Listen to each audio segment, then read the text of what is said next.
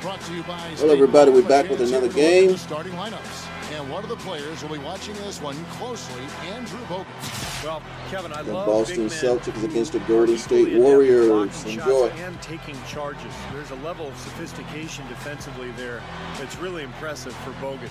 He's able to read things and anticipate what's happening before anybody else can. And offensively, still coming around after that elbow injury, but he contributes there too on post-ups or cleaning up after offensive rebounds. Come on, Garnett, let's get the He's a tip. deceptive passer as well. For the Celtics, their last game a win against the Bucks. And boy, did they protect the basket well in that one. They kept a lot of bodies down low. Their rotations were solid, and it paid off with a lot of blocks in that game. Yeah, they really wanted to establish that intimidation factor. And, Steve, I think they did so by devoting a lot of manpower to the low post. Get the rebound. Off his leg, and the ref saying he kicked it.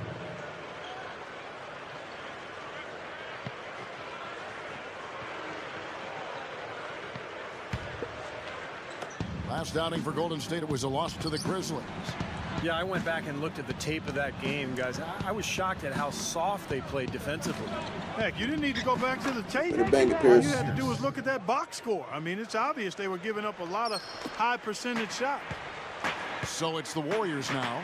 First chance of the season for them to go up against this Celtics team. And here is Jack. He's coming off a 19-point game against Memphis. Put in a lot of good work on the boards. That helped him, too. Down to 5 on the shot clock. Lets the 3 fly. Again, the Good miss by Garnett. Jack. And here's Garnett. He had a 12-point outing in their last game against Milwaukee. Since Boston's resurgence, they've always done a great job against the Western Conference. Having the depth and the talent they do gives you a chance to do that. But last year, it just wasn't the same. The Warriors have gone 0 of 3 from the field to start the game. Clark, they've been struggling here on offense. Yeah, a little bit of cottonmouth here. Dry spell for sure. Barnes against Pierce. Here's Lee. Can't connect from short range. Yeah, Clark, you're right. They really struggled to get any real momentum when they faced off against the Western Conference. And Steve, they ended up with a 7-11 record against them. Yeah, you know, really a far cry from how they had done up until that point. Losing some of the guys they did made it hard for them to play the type of defense that let them dominate the Western Conference the year before. That jump shot's like a layup for him when the defense backs off like that. Now we'll go to Doris Burke, who had a chance to talk with head coach Doc Rivers. One player he mentioned he'd be eyeing is Harrison Barnes, saying, I know he's showing he can be a more versatile scorer than he was at North Carolina. Pick, Rondo. With his strength, he can really hold his line to the rim. Still, we've got we got away from you. Good block. Making off the dribble. Ah. Kevin, for a guy who wasn't asked to handle the ball a whole lot in college, that's probably a good call. Thanks, Doris. The Warriors shooting their first free throws here for the night.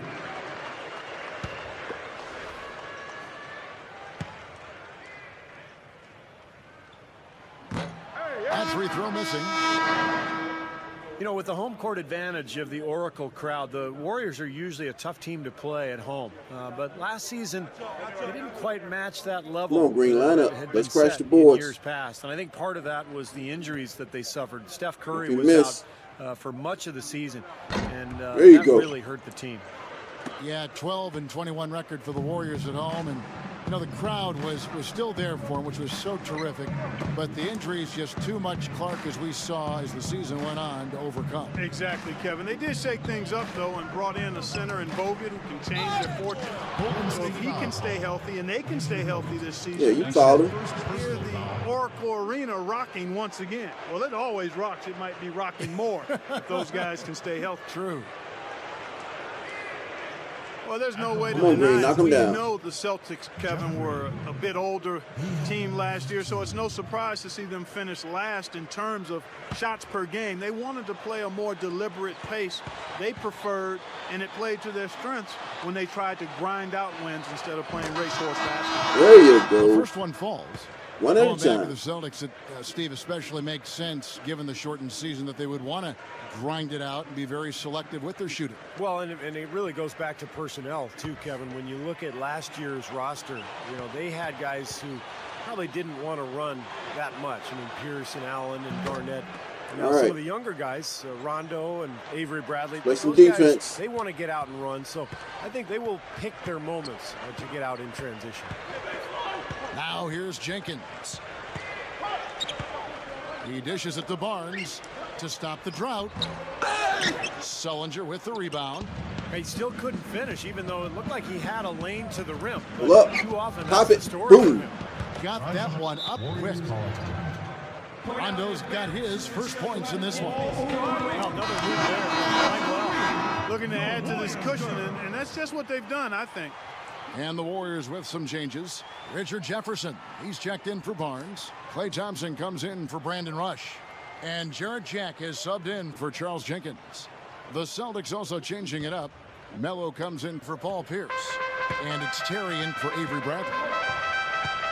You know, Rondo is one of the premier drive and kick playmakers in the game. He's so fast, so quick, and crafty going to the basket. So he's an expert at getting into the paint where he can either score or find his teammates for an open look. Celtics leading by 8. Passes it to Terry. The dish to Melo. For Beatrice. Shot, And Melo. there are the Celtics with another basket. You talk about Rajon Rondo as a playmaker. Last season, he was first in the NBA in assists. Second the season before that. He's really claimed that crown. And Rondo is on record as saying that that's the true definition of a point guard in his eyes, keeping teammates involved and engaged, making sure they're happy. And I tell you what, every player in the league would love to play with a guy like him, serving them up. Jack for 3. Again, the miss by Jack. Not his best Give it up, quarter. Melo. I mean, the shots just haven't fallen for him. Outside Rondo. Pass to Terry. He passes to Green. Just 5 to shoot. Over Jefferson. And another Shot basket Green. for Way to Boston. go. Well, they've done a lot of their damage from mid-range here, guys. I mean, knocking down those shots with regularity. Yeah, how about 8 of their last 10 points, guys, coming off that mid-range area jump shot. So shows you don't have to be at the rim to score. Terry against Thompson. Jack up on top. Over Rondo. And again, Jack. 5 seconds left in the first quarter of the game. Here's Terry. That misses. Would have counted had it gone in.